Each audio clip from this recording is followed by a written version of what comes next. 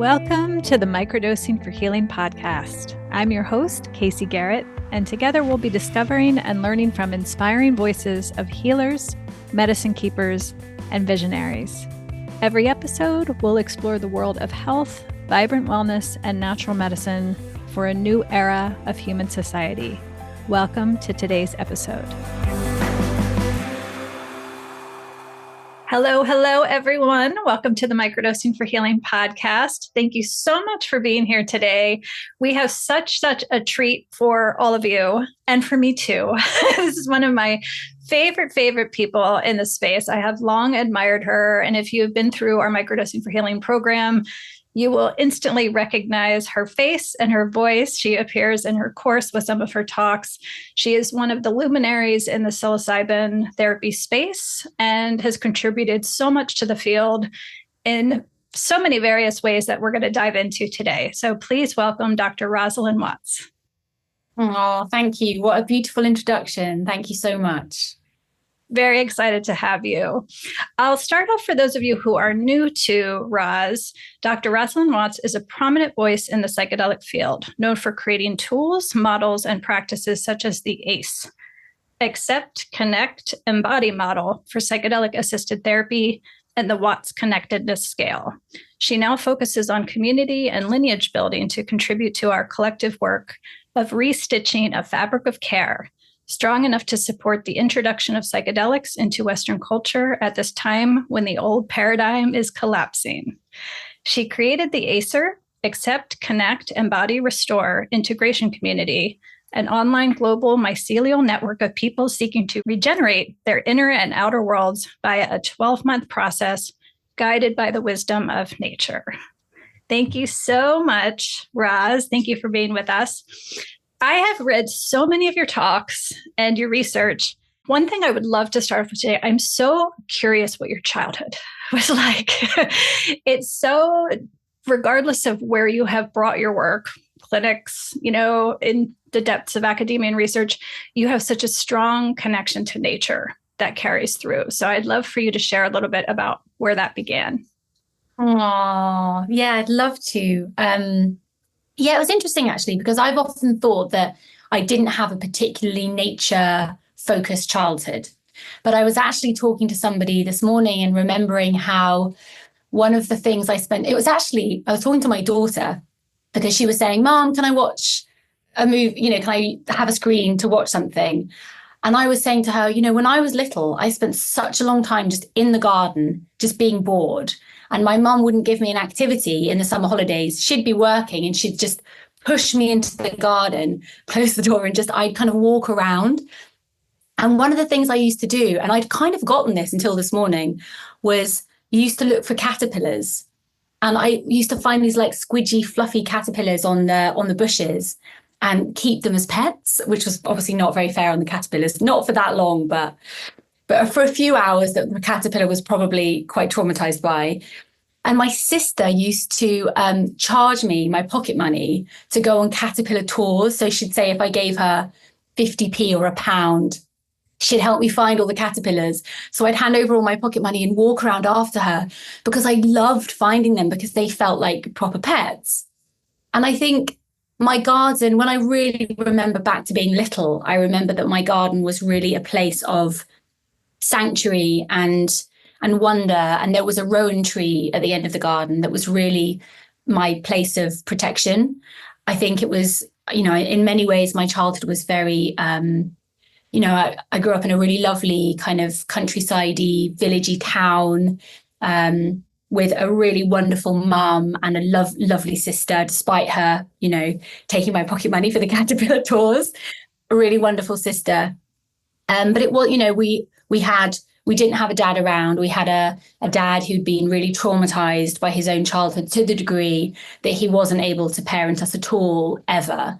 So it was a single parent family. My mum was very, very busy with her work as a psychologist, and both me and my sister ended up as psychologists.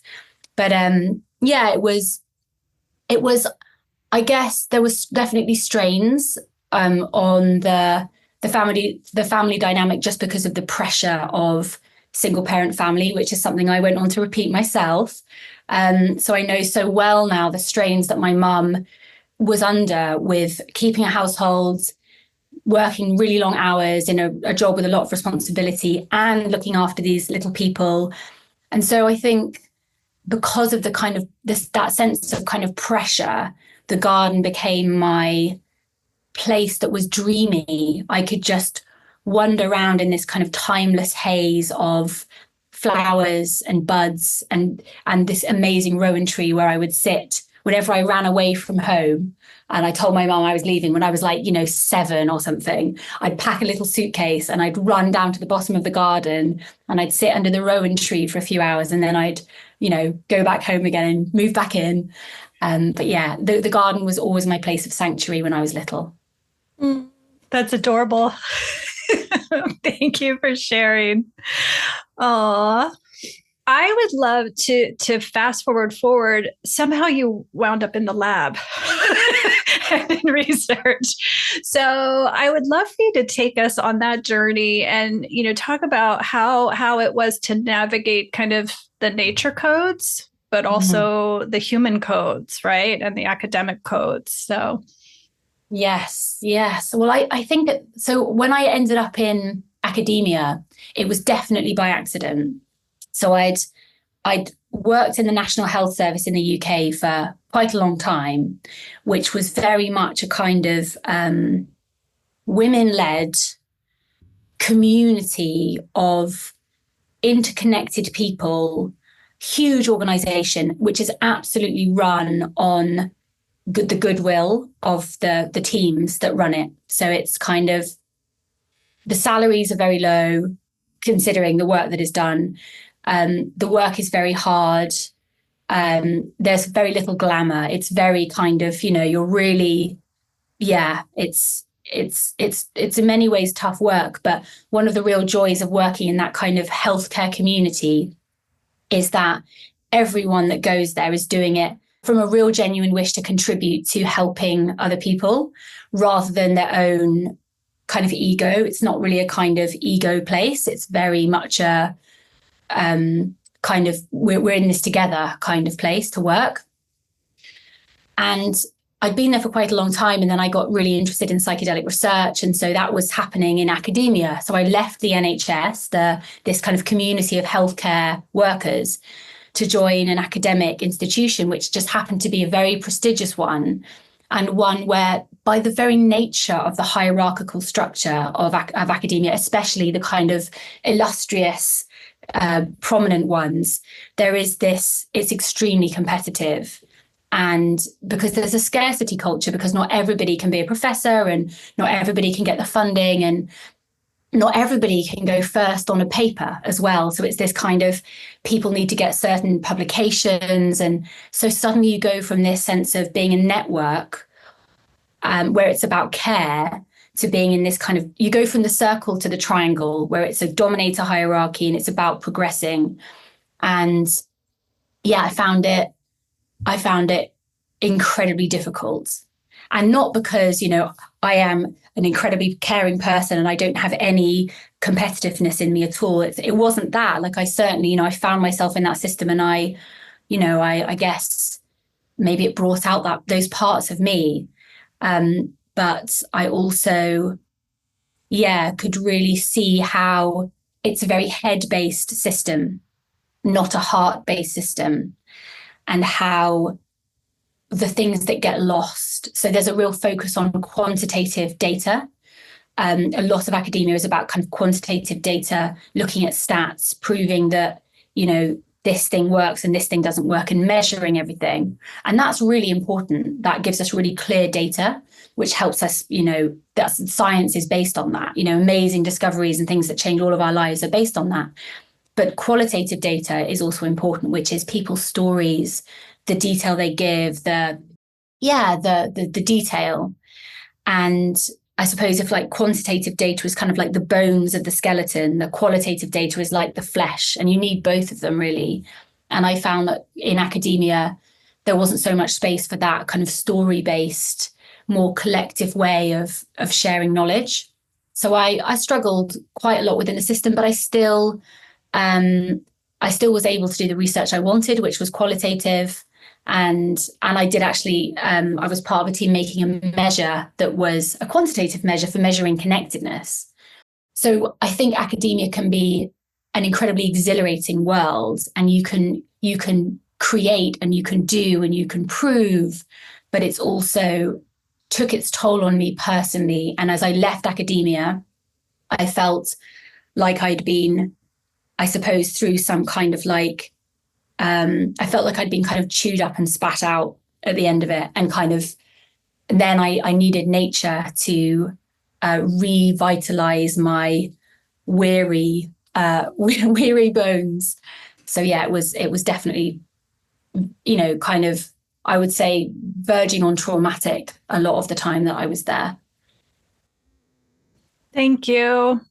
That ties into my next question, because I was reflecting on, who were your fellow researchers and academics in that time. And, you have cultivated a very prominent and respected voice in a largely white male field, especially then when you were working in that. And academia, I find especially, can be a very extreme form of the old boys club, right? And so I was curious about that, how you experienced that, if you felt isolated at all within that environment.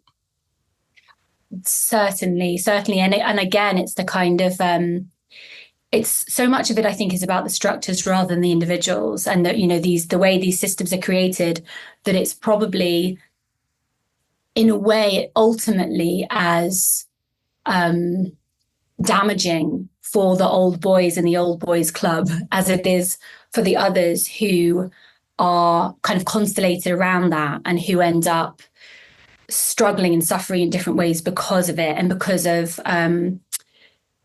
just the kind of the way the system works, the way it's a bit of a game, the way the game works, and there's power plays. And one of the ways that I came to understand it afterwards was there's a Shakespeare play called As You Like It, which actually I was named after the character, the one of the characters in that play. My mum liked that play. And there's this really beautiful scene where the Rosalind character in the play, her dad has left the court. And it's this kind of like one of these court structures you imagine, like the royal court, where there's lots of infighting, backstabbing, people wanting power, factions, allies, shifting allegiances, whispering, double dealing, all because there are these big prizes at play, and it brings out the worst in people. And there's this scene where the Duke has left the court and is exiled into a forest. And he sits there and there's this beautiful speech at the beginning of like the second act, I think, where he talks about how he finds this incredible solace in nature and how everything there is equal, and there is this sense of interconnectedness and beauty and kind of sacred gentleness and fascination all around him, and that it's so much nicer in the forest than it was at the court. And I think that's how I felt. I felt like I was in a court with many privileges. I was lucky enough to be asked to do a TED talk because of one of my colleagues there. And a lot of what I've been able to create since then is because of that time. So I'm, eternally grateful for some of those people. But the court structures, the way they're set up, the competitiveness, and that dominator hierarchy system, which brings out the worst in people and brings out the ruthlessness of people rather than their care. I think leaving that system and finding ways of working that are more about nature and about community has felt like when I look back, I'm like, wow, I can't believe I survived in that culture for as long as I did. And I feel for other women too, not just other women, but other people who are who don't want to play those kind of games, who kind of but also fascinated by learning and having ideas that they want to share and wanting to work in science and academia, but finding themselves, kind of at odds with the way of working. And I hope that it will change, like all of our other systems that are collapsing. I hope that the way we do science and the way we share knowledge will be more inclusive of people other than predominantly white men, and that we will change our ways of learning and sharing information. Beautiful. Thank you so much. Out of academia and into the Netherlands, right? So you had a prominent role at Synthesis Center, which was my understanding is one of the very first psilocybin retreat centers in the world, of which there are many, many followed in their footsteps. And I would love for you to talk about your role there and your experience there. Would be lovely. Yes. Well, so that was when I was kind of fresh into my kind of forest exile at the end of my time in academia. And I was really excited actually when they said that they had a role as a clinical director to open up psilocybin retreats, because truffle retreats are legal in the Netherlands, to people who are suffering with clinical diagnoses, because most of my career has been working with people who are suffering with depression, anxiety, serious mental health difficulties. And I suppose the intention of the team at that time was to open up this work. They were doing all these retreats with people who didn't have clinical diagnoses, giving them truffles in a really well-held ceremony. And I knew how well the ceremonies were held because I'd heard feedback from lots of people, and I knew some of the facilitators. And I just thought, if anybody wanted to go for a psilocybin retreat, I'd always refer them to Synthesis, because I knew that the facilitators were really deeply experienced and really good people. And so then when they said, we want to open this up to people that are really suffering, people are suffering with depression, I felt really inspired and happy that was going to happen. And it was funny how things unfold, because we didn't actually end up being able to give people with depression truffles in the Netherlands, partly because of COVID, partly because of kind of policy changes and structural issues that meant that I was there with this amazing team that they created, with an amazing psychiatrist and some just really amazing colleagues.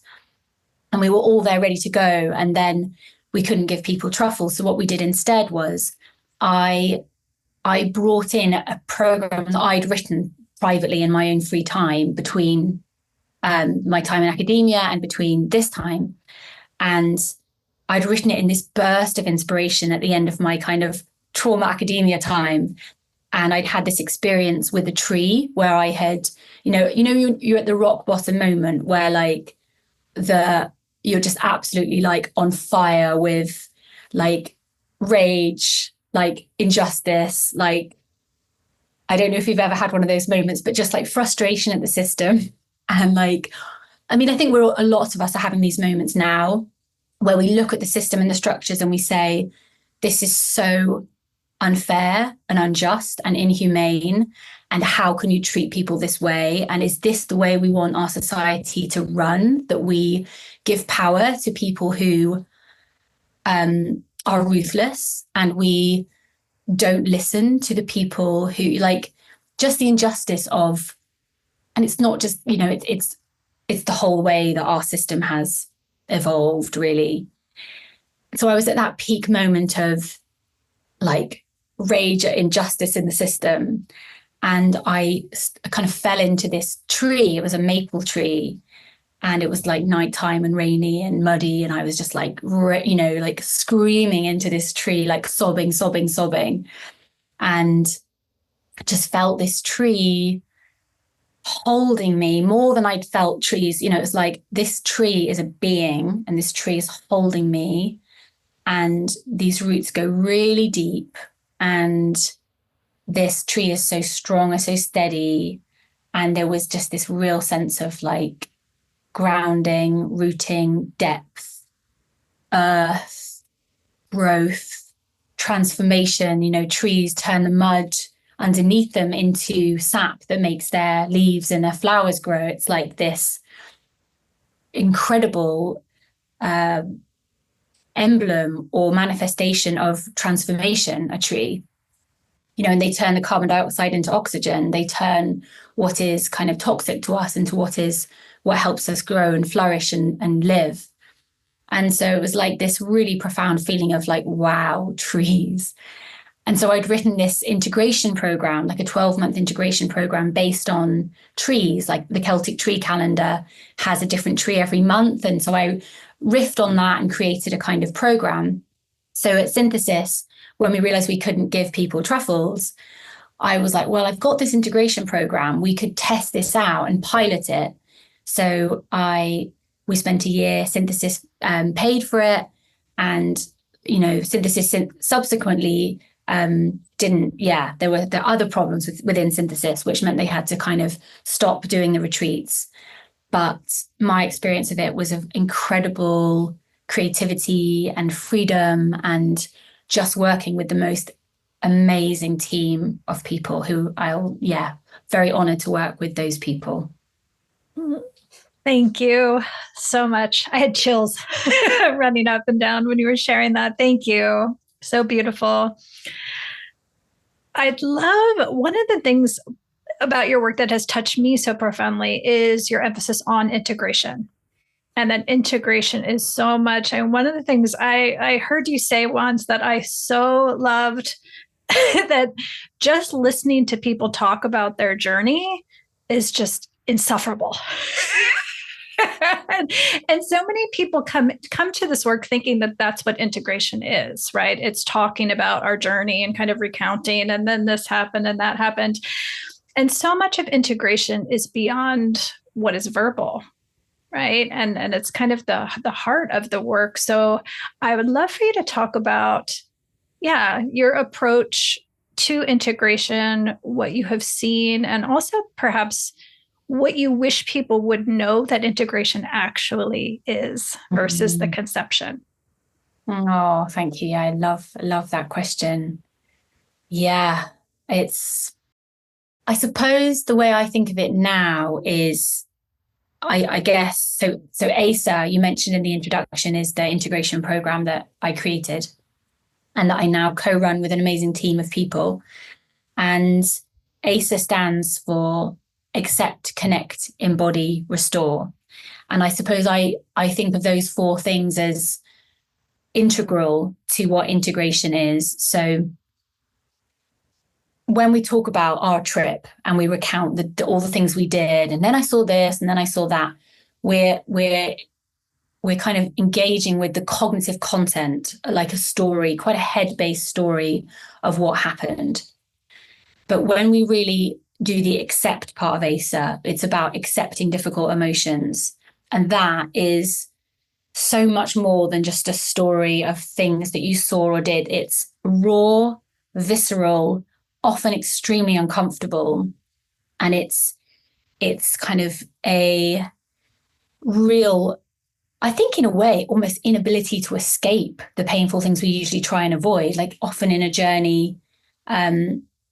Sometimes obviously we just go to beautiful places, but often if there's something we really need to process.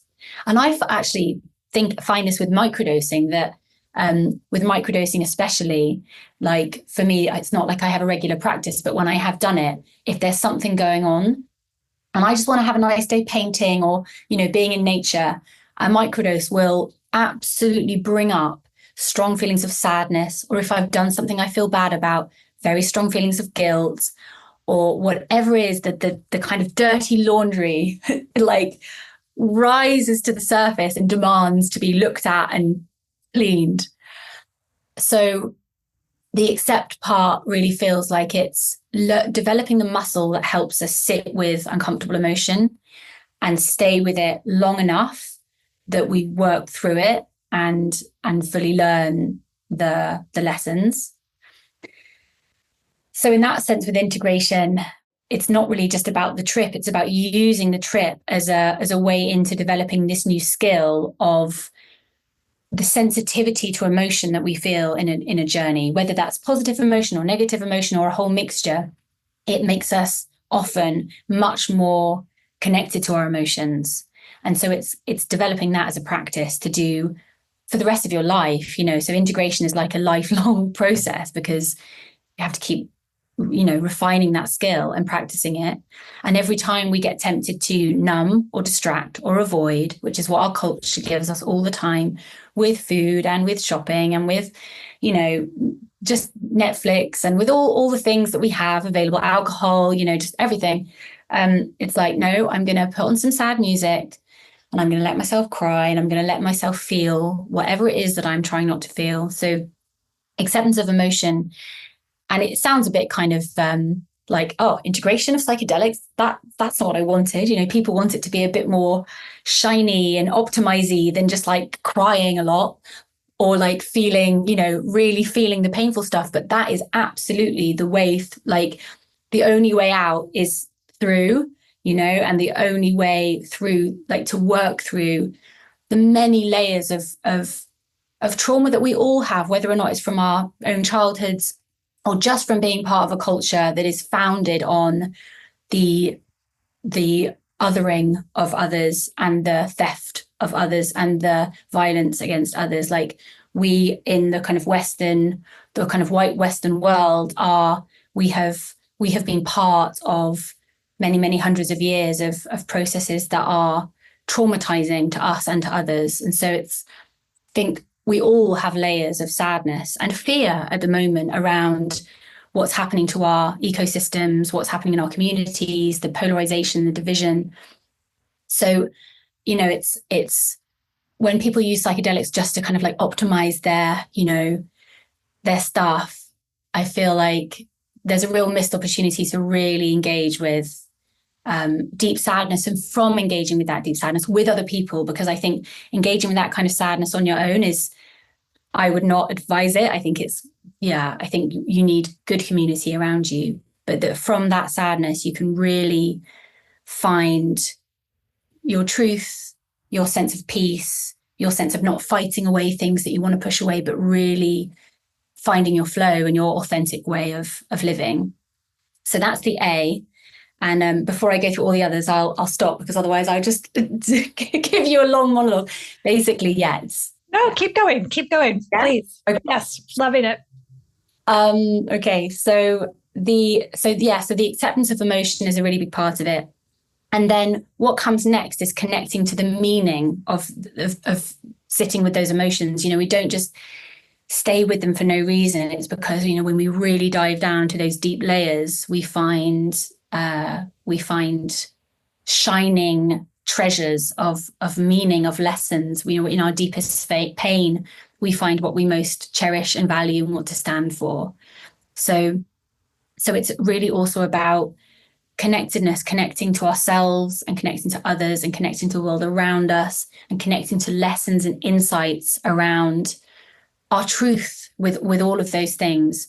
And not just connecting to insights about it, but actually like putting those insights into actions. So often with psychedelic work, people, whether it's microdosing or macrodosing, people will have insights around, you know, nature, or around the importance of being more, living in a different way, and the importance of connection, the importance of kindness, and the importance of, their relationships, and coming out of kind of individualistic, focused, you know, being on the treadmill into something that's more in line with a more connected way of living.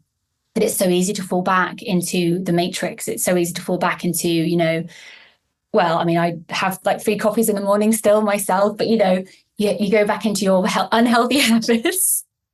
But, you know, I'm single mom, so I'm well, there's no excuse. But I also know when I'm kind of living in a way that is in line with my values, and when I've fallen off it because I'm just overwhelmed and I'm just like, you know, trying to keep afloat.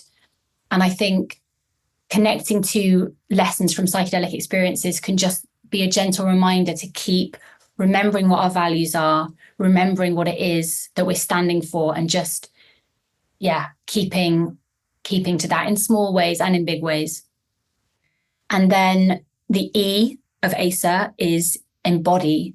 And that just means that all of that stuff about accepting emotion, the A, and connecting to meaning, which is the C, and connecting to ourselves and others and the world around us, all of that happens on an embodied level. None of it is really cognitive. You know, we have ideas about things, but it's when it happens within our body, within our viscera, that we integrate it. You know, if you think about what integration is, it's like bringing it into our system. It's not just thinking about it or talking about it or, you know, wanting to do it. It's like bringing it into our bodies. So it's part of who we are.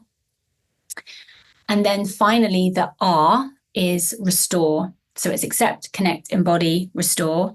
And the R stands for restoring ourselves to the rhythms and patterns of nature. And that is about, so the rhythms of nature being slow and being cyclical, and the patterns of nature interconnected and in balance. That's the nature codes. That's reminding ourselves that we live in a culture in the kind of, modern capitalist Western world where it's the opposite of that. It's fast, it's linear. There's no time to review. There's no time to pause. We don't, our capitalist structures do not, take time to review the outcomes of the way things are going. They just steam ahead. And it's not interconnected and it's not in balance. There's huge injustice. So it's coming back to the nature codes is about really thinking about how we can live in a way that is just a little bit more slow, a bit more cyclical, a little bit more interconnected and in balance than the mainstream culture that we have been taught is healthy. So that's what integration is for us. And it's a lifelong journey, and we do it together. Beautiful. Thank you so much.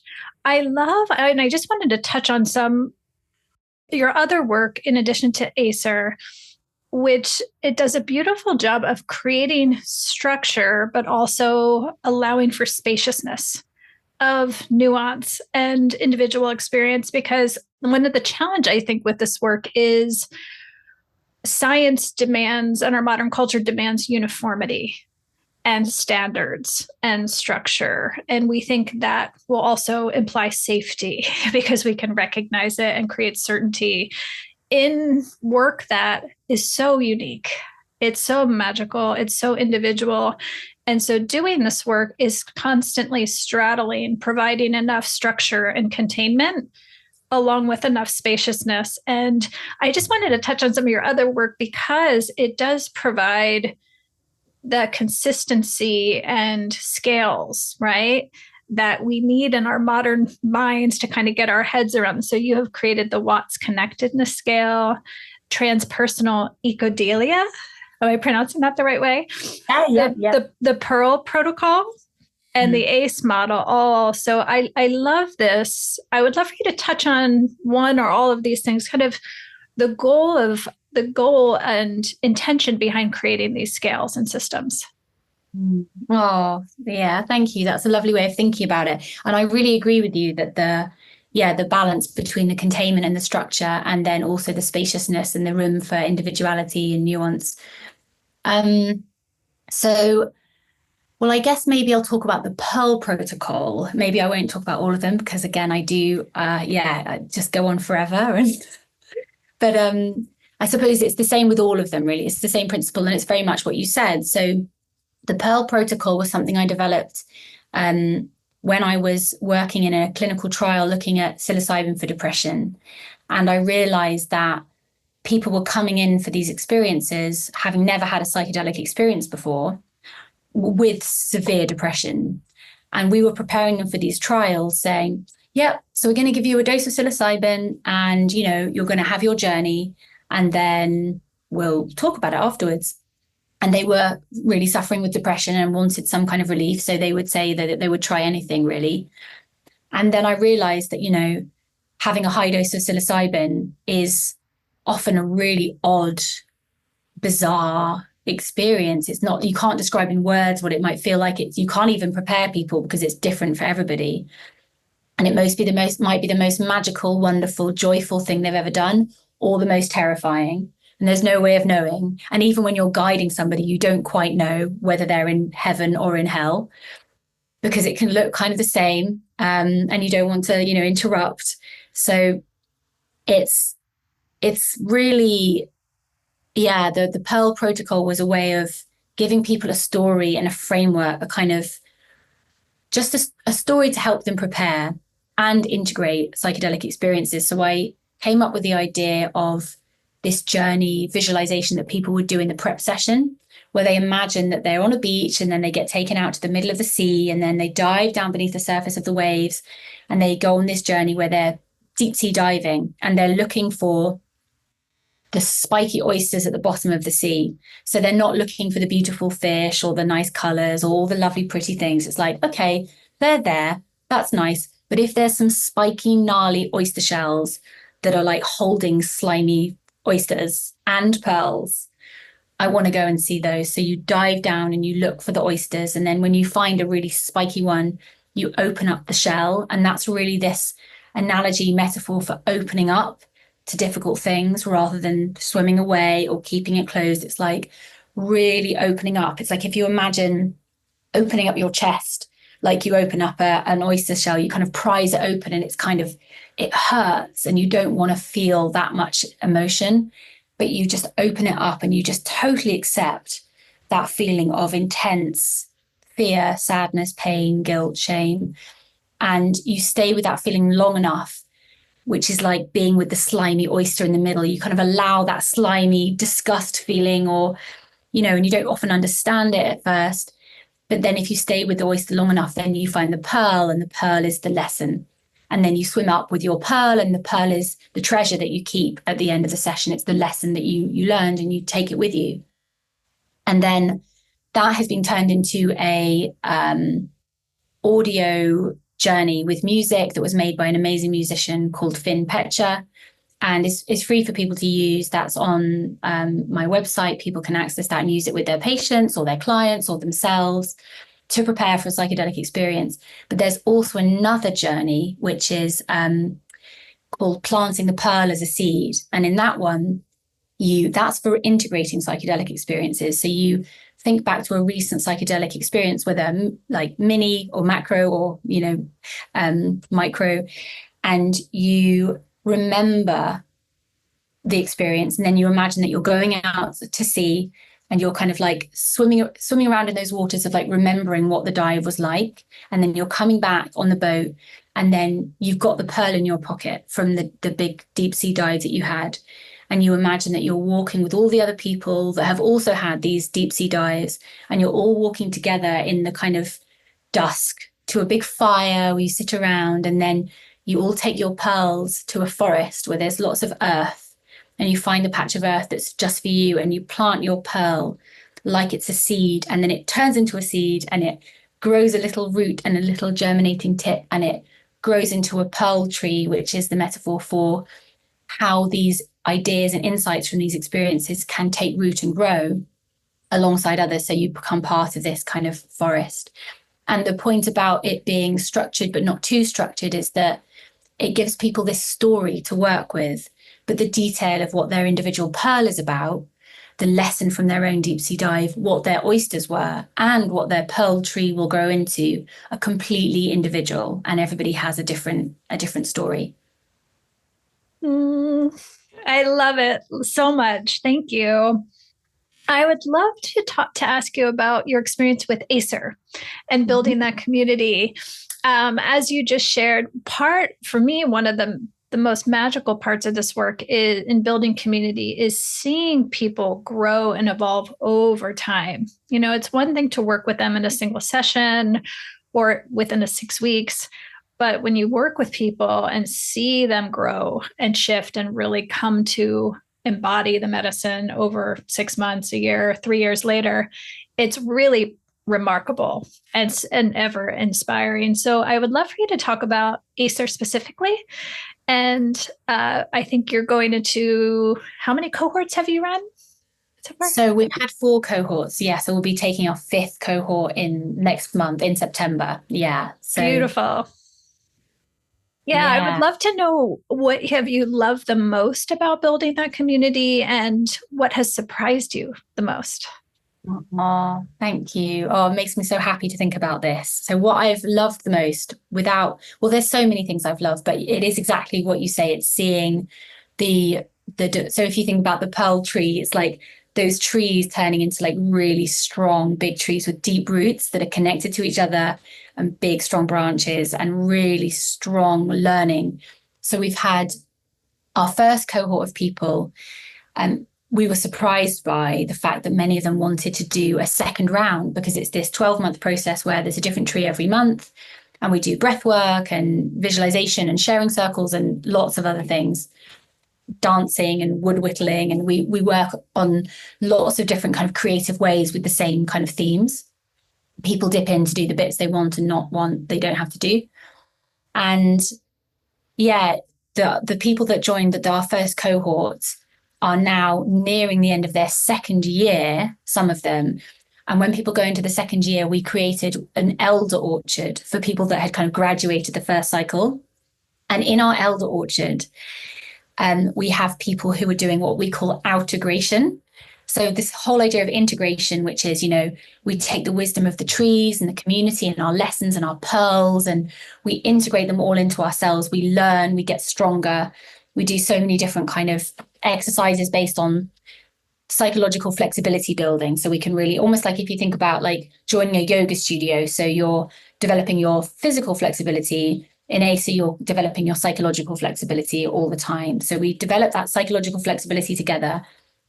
And then when people have done the full integration of the full 12 months, they then have the opportunity, if they become elders, so they join the second cycle, like do the cycle again, to become outegrators, which is sharing the gifts with other people. So what we do is we give people, if they want to do it, they can apply to do it. If it all seems good, then we give people some of the materials for free, and they offer them to their local communities for free. So they'll do like an oak tree workshop where they share the oak tree journey and the film that we made about the oak tree and what it means in our community. And then they'll have sharing circles. And so seeing people go through the cycle for themselves and then offering it to their local communities, and the joy that they get from offering it to others, which is usually so much more than we get from bringing the gifts into ourselves. Sharing those gifts with others is like a whole new level of wonder and pushing the edges, because we have lots of therapists in our community, but we also have people that aren't. And the outegration work is done by some people who are therapists, some people who've never held workshops before, but they're opening their homes up to people in their local community. They're holding the sharing circles. We give people training on how to do that. And it's being in service in a time when, being in service to our community and to the nature codes feels so important to so many of us. So yeah, it's been a real privilege to make so many friends as well. Some of the people who are the elders are now, lifelong friends. They're friends with each other, friends with us in the team.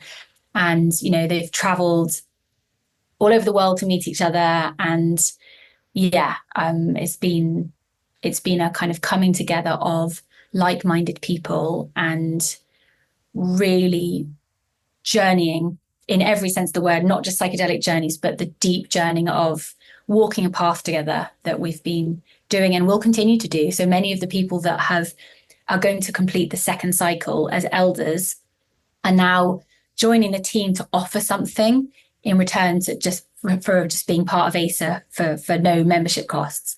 So, for example, we have a book club, and one of our elders is now going to host the book club. So, in return for kind of free ACER membership.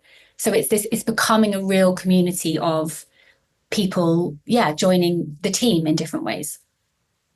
Beautiful on every level. Thank you. I'd love to shift into like a mini speed round with you right now. Your fave, I think I know the answer to this. However, fave psychedelic. Well, it might surprise you actually, although I know that I should say mushrooms. And obviously I am completely indebted to mushrooms in so many ways. And I love mushrooms of all types. I also think that for me personally, San Pedro has been the medicine that has been more healing for me, because it's that heart-centered the mushrooms are quite, they're harsh teachers, and I've had a lot of learning to do. And so I've had a lot of really difficult experiences of, like teaching in a kind of like, wow, that was a lesson and a half, kind of tiring. And I found that San Pedro as a teacher has been, they talk about like the grandfather, like the warm, loving kind of grandfather energy, that kind of sits you on the lap and kind of gives you a cuddle. And I think that's kind of what I needed. And so I have to say that's my favorite. I love it so much. And that doesn't surprise me Oddly, yeah, I love it. Can I ask you what your favorite one is? Oh, mushrooms. Mushrooms. But I totally, with your description, absolutely. Mushrooms, I find them such big honesty, loving honesty, but yes, absolutely. How about your fave psychedelic mentor or teacher? Oh, this one is very easy. Frederica Meckel Fisher. I don't know if you've heard of her. So she is an absolutely incredible woman. She is a doctor, Swiss doctor. Or is she actually German? But she lives in Switzerland. And she has written a book called Therapy with Substance, which is one of the best books about psychedelic therapy I've ever read. She worked for decades with people using different psychedelic substances, using family constellations, using different kind of modalities. A really, really experienced, wise, incredible healing person. And she actually she was arrested because the former partner of one of her former clients reported her to the authorities. And so she served some time in prison, a short amount of time, because when she was seen in court, all the people that had been helped by her were able to provide testimonies of the amazing work that had been done and that she hadn't harmed anybody. And so she ended up with a kind of suspended sentence. But the fact that she'd been to prison for it meant that she could talk about her experiences as an underground therapist. So she was able to write this book. And she's just such a kind woman. I first met her at a conference about like nearly 10 years ago, and she's just so kind and so incredibly humble. And I think one of the things in the psychedelic field is like it does often amplify ego. And we think that it will do the opposite, but it often amplifies ego. And finding a teacher and a mentor who is such a humble person and so kind was a joy. I mean, the level of her humility was that she enrolled in the synthesis practitioner training program. And we were all like, we want to learn from you. We can't, like, we have nothing to teach you. And she said, things move on. The young people are doing new things. I'd like to know how you're doing it. So she sat there throughout all these lectures, just absolutely, wanting to learn more. And that to me is just the epitome of, incredible power as a teacher to have that much humility. Beautiful. Absolutely beautiful. We'll put all that in the show notes for sure. How about your favorite musician or artist to journey to? John Hopkins, who's made music for psychedelic therapy, and his most recent album that's just coming out is called Ritual, which is amazing as well. I don't know if you've listened to any of his music, but yeah, incredible. Lovely. Do you microdose? And if so, what is your favorite medicine or strain? And do you work with a protocol or more intuitive? I would love to be able to microdose. I wish that I had the time to do it. And I keep setting myself the kind of resolution of I will make time one day a week or, one day a month at least. But it's been so busy setting up ACER and parenting that I haven't for a long time. But I wish that it may begin soon. And if it would be, I guess, I'm not sure. I'd have to revisit that. But in the past, I very much found San Pedro to be a very good microdose medicine. Love it. Thank you. So your devotion is obvious now to listeners, is truly remarkable in the field. I would love to learn what is driving you underneath all of it. It's kind of what is at the heart of your work. I think probably it's interesting going back to that, like my days in the garden as a child, and a feeling of really longing for feeling that sense of kind of like walking around on my own and feeling the kind of the community of nature, but also feeling that sense of, I suppose like the deep core wound with me was not having having a single mom, not having a sense of family around me, but not just about, I wanted more than the nuclear family anyway. Like even a nuclear family would not have been enough. I wanted to be surrounded by a village, like a deeply connected tribal group of people who knew each other. I wanted to live in nature with aunties and uncles. And, I desperately longed for that. I kind of still do. And so I think what's driving me is a sense of the disconnectedness of our culture and a deep, deep longing for practices, tools, structures, ways that we can rebuild villages of care. And I see psychedelics as part of that, but it's also about so much more than that. So what's driving me is really a kind of obsession with connectedness and how to find it and create it and share it. Thank you so much. So I love to ask all of my guests, the psychedelics field is kind of a thing. It's a big unfurling thing. And, different aspects hit each of us differently. And so I love to ask people kind of what is weighing on you right now, kind of what is hurting your heart, and you're witnessing that has you concerned a bit. Thank you for asking that. I'm so glad that gets asked for people. It's so important. What hurts my heart is that, what really hurts my heart, and is naive of me to think that it would go any other way, is to see how, we have corporate companies who are founded, spearheaded by people whose values and morals and behavior in the world is very questionable, at least to me, and who are about profit, and who are putting forward ideas of psychedelic therapy where the therapy is being shut down and it's about, the drug and maximizing profit, and not about safety, not about care, and where the safety records are not great, and where the stories are not good, and where the way, being in those kind of companies is not good. And we know these things now. We know that the damage that corporations have, and the damage that these kind of very competitive capitalist companies, we know that the fallout from that. And so it's just sad to me that, the kind of mainstream psychedelic ways are spearheaded by these kind of companies. Because I just feel like, wow,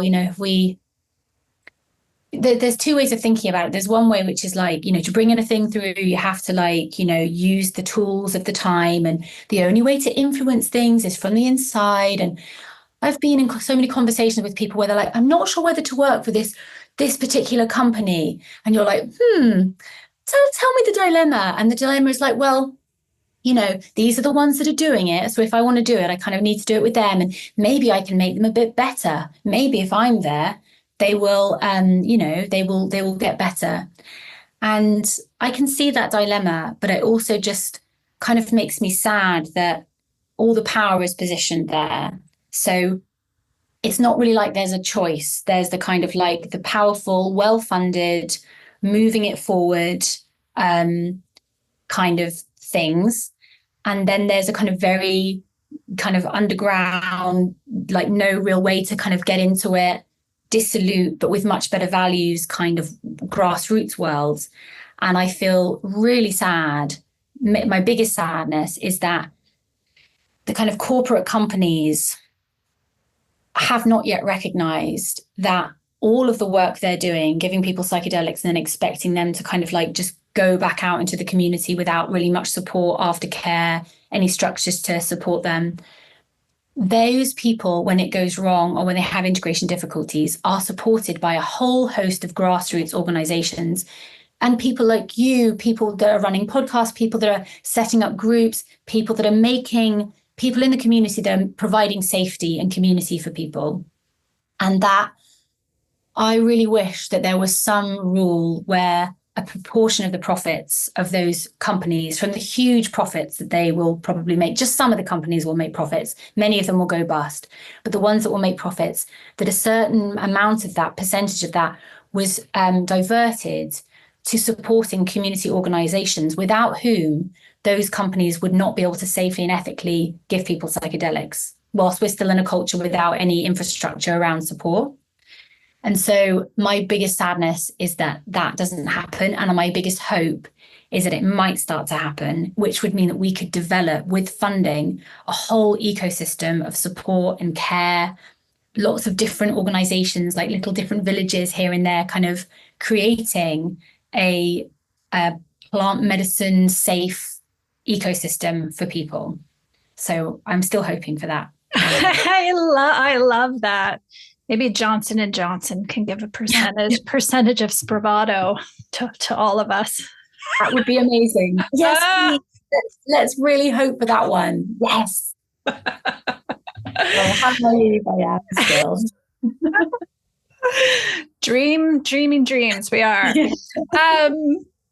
Well, you already began touching on it. I love to close every episode by inviting my guests to dream without any restraint and complete freedom, and ask how, if there were no gatekeeping, no corporations, you have a magic wand, how could you envision having psychedelics be brought into our modern society right now in a way that is safe and equitable and sustainable?